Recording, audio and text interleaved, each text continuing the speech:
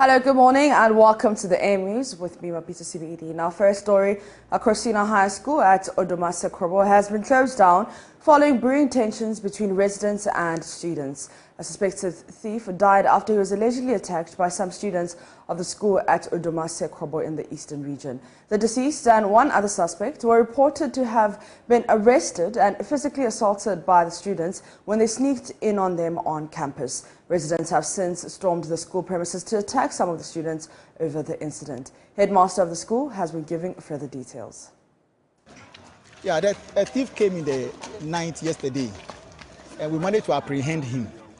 And whilst we were keeping him for the police to come for him, another one emerged, came threatening the students that if they don't release this one, he will bring folks from town to come and beat them up. And it infuriated the students, and they beat him, but we managed to rescue him. The police came in, we took him to the hospital, and upon reaching there, he was pronounced dead. When he was apprehended, in fact, the students started beating him. But when the teachers got there, we managed to prevent them from beating him. Because in fact, the students, it was a student that he was caught by the students. Yes. So definitely they started the beating and the shouting before we got from our bungalows. And then when we got there, we managed to rescue him and then kept him for the police to come for him. So we didn't know. We didn't know how he managed to get to the compound. Because the place is by a portion of, so we don't know whether he jumped the wall. And in fact, when he got to the compound, even if he had kept quiet, but he came threatening the students that if they don't release this boy, he's going to bring town folks to come and beat them up. And in fact, that is what annoyed them. Yes. If he had kept quiet, I don't think they would have done anything to him. You see? And it was very difficult managing them because over 500 students.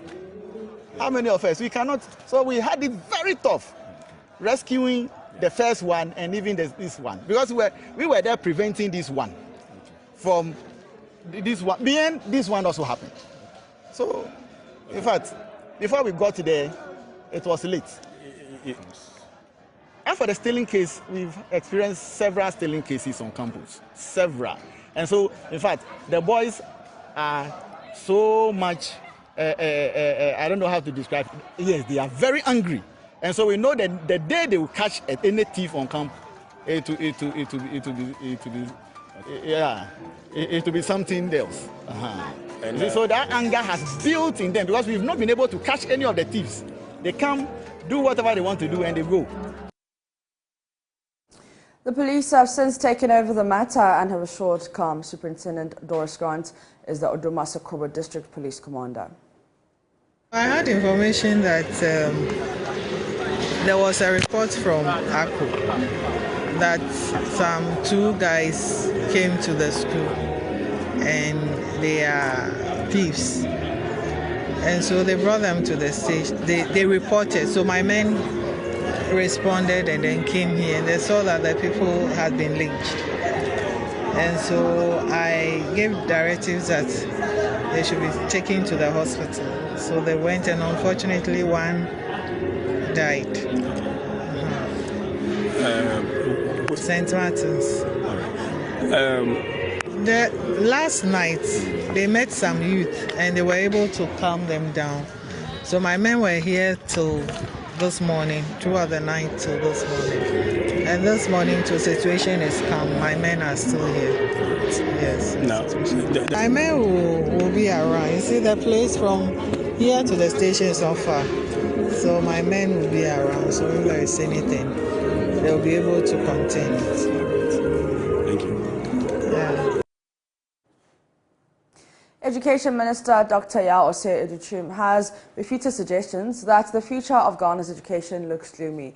He says Ghana has committed more resources to education than any other country in the West African sub-region. Dr. Educhim has been engaging civil society organizations on how to improve the sector. Blessed Soga has more in the following report. The Ministry of Education says its transformational agenda in the educational sector is on track. However, in a bid to improve service delivery, the sector minister, Dr. Yao Osei-Educhum, has been soliciting the views of non-profit organizations and civil society.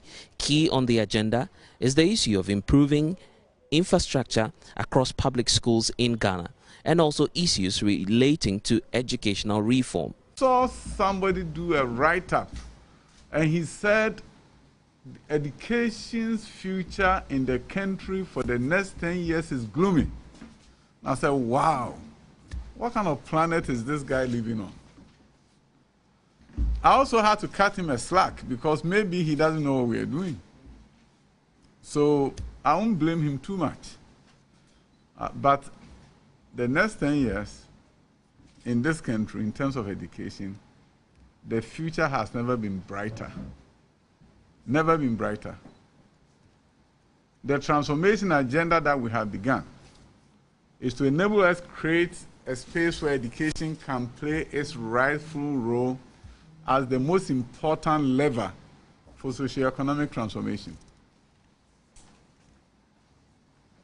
I'll tell you this, I'm not bragging, but I always say that I'm the luckiest education minister in the world. Lucky because I know how to create an education system that can transform economy, that can transform a community. I know. The participating groups tell me that the engagements were fruitful. They have, however, tabled a number of concerns for government to consider. I think this meeting has exposed some of them so that at least we can also run with it and then also follow through in terms of how government is going to implement that. And if you look at the flow of the policies, they are responding to some basic issues within the education sector. So we need to also commend the ministry for giving us that logical policies that they want to follow and how they are addressing issues in the urban sector as well as the rural community. Well, we believe that the facilities for infrastructure for the schools that we have, both in the rural and the urban areas, is something that would really change the game for education development in this country. And I'm very happy to hear that there are a lot of interventions going on that are going to really correct some irregularities that we already know about. It would be so gratifying to know that at our next meeting, as the minister promised, we would have some feedback on some of these developments, and I guess that it can only get better. One thing that I also gathered from today is that there's a lot more that we have to do as a nation to make sure that persons with disability are included, because all the education processes and systems, they are really wonderful, and it's only fair that persons with disability should be part of the process. So I think from here we're going to engage the ministry more and see how persons with disability can also be part of the program. The minister is hopeful that he will be able to transform the sector by the end of his tenure. So the bottom line for us as a ministry is that we have to create the ecosystem, the environment that will enable our agencies to do well. Whether it's Ghana Education Service and now TVET service at the high school level. Our goal as a ministry is to create that environment so that they can do well. Blessed Sugan for Joy News, Accra. 6 people lost their lives to flash floods in the Upper West region last year. Major roads were cut off, hundreds of farmland submerged, and close to 9,000 people displaced in the violent floods. Upper West Region Director of the National Disaster Management Organization, Mustafa Ahmed, made the disclosure at a party organized for personnel of the organization in the region. Joy News' Upper West correspondent Rafiq Salam reports from WOW. The Upper West Regional Director of the National Disaster Management Organization, Mustafa Ahmed's speech was a familiar one and centered on the August 12, 2021 flash disaster that swept across all 11 municipal and districts in the region. The violent floods cut off some major roads in the region. 8 out of 11 municipal and districts were cut off from the regional capital. All the 11 administrative districts that were affected, 4 of them were actually mostly affected And in our case, we call it the severe affected areas so far as the flood were concerned. They are the Wa East District, the Fiama Buse Esa District, and the Nadoli Kaleo District. In these three districts, 191 communities were affected. The number of people affected and displaced were 9,195. The number of houses that were affected stood at 756 houses that were collapsed. It was not spared. Some of the farmlands were equally spared. 6,548 farmland acres were washed away. Hitherto, as now we should have been talking of harvesting. Unfortunately, the flood of August 2021 washed away 6,548 acres away. Our major roads were not spared. The Trans-ECOWAS road leading Wa to Burkina Faso cut off, and some parts of DBI, the Piama enclave, equally was not spared in terms of road infrastructure. Out of this, 34 people were injured. Unfortunately, 6 of them, we lost them through flood. Chief Director at the Upper West Regional Coordinating Council, Peter Mala, who spoke on behalf of the Upper West Regional Minister, commended government and non-governmental organizations for coming to the aid of the victims, which he said has ameliorated their sufferings. He, however, urged them not to lay back and continue to support them. The consequences of such disasters will not just get solved over a short period of time. For now, we are grateful for the relief that all that has been sent to the region is given to disaster victims. But we also know that the long-term effects of this disaster will continue to be with us for years. There were solidarity messages from heads of allied institutions and development partners. Reporting for Joy News, Rafik Salam. Wow. The 2018 National Best Farmer James Obeng Boateng is asking government to help bridge the widened gap between urban and rural education by providing facilities for schools and farming communities. He made this call during the opening of the Kwafre Digital Farm School, a project initiated by the former National Best Farmer with support from Coral Reef Innovation Hub. The school will provide access to infrastructure, human resource and content challenges for children of farm laborers who walk 5 kilometers daily to access education in nearby villages. There's more in the following report by Anas Sabit. Education has proven to be a very important tool for development in any country. In Ghana, however, basic facilities for children to access education has been very poor and deplorable. The situation is even worse in most rural communities where lack of school buildings and facilities, lack of books, library, computer laboratory, and in some cases long distances between homes and schools continue to be obstacles that hinders the educational sector. To help bridge the widened gap between urban and rural education, Coral Reef Innovation Hub, with support from the 2018 National Best Farmer James Obeng Boateng, made a move to establish a school structure in Kwafre, where children here are forced to trek for more than 5 kilometers to access education for lack of trained teachers and learning facilities. James Obeng Boateng, a former National Best Farmer, is the brain behind this move. I think that education, apart from the fact that touches lives and ensures livelihoods, education also addresses social tensions and everything. Once you have education, tendency for you to be a social misfit is minimized.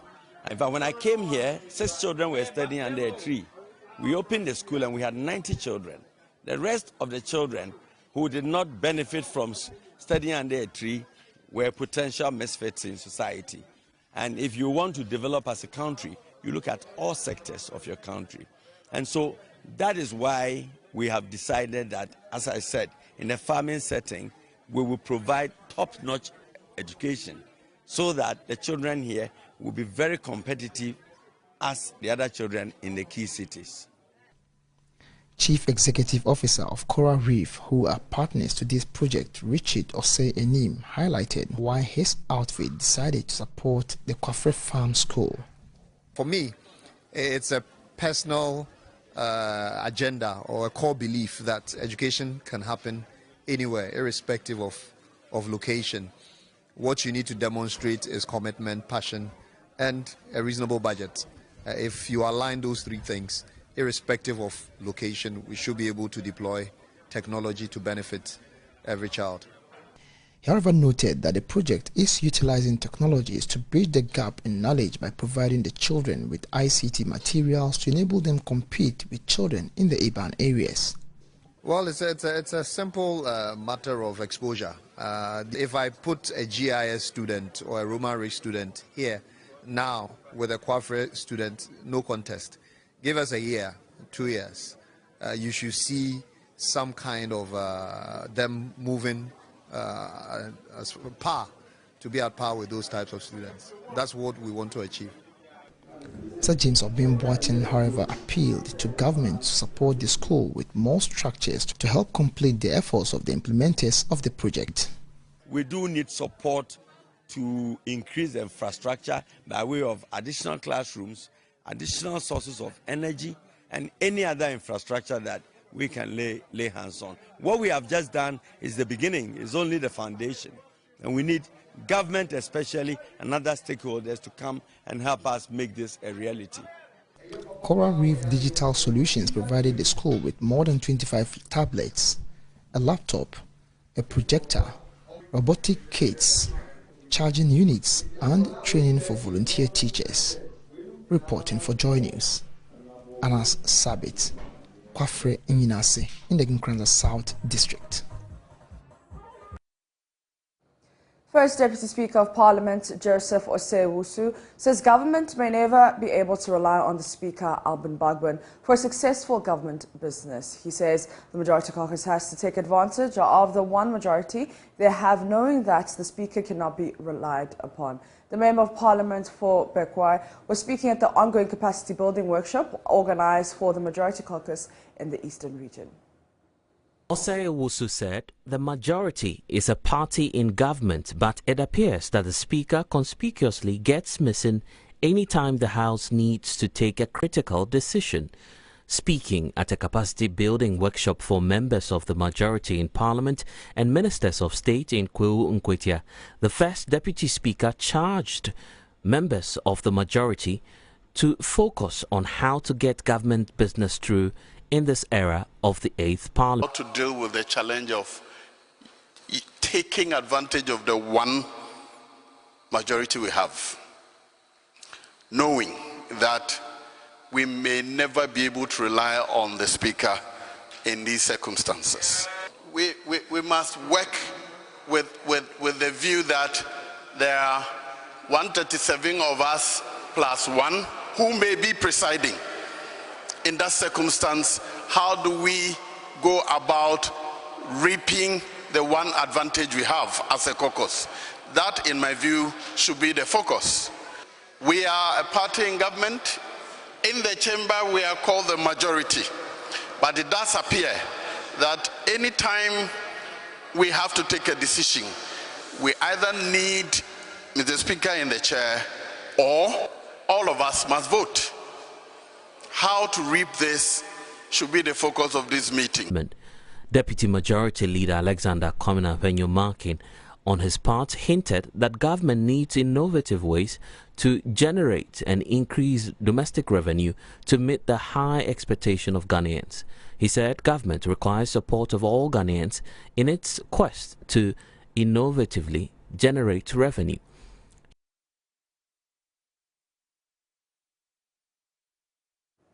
And that's it for the AM News. For more news, you can log on to myjoyonline.com. My name is Mapito Sibidi. The AM show continues with Benjamin Akakpo.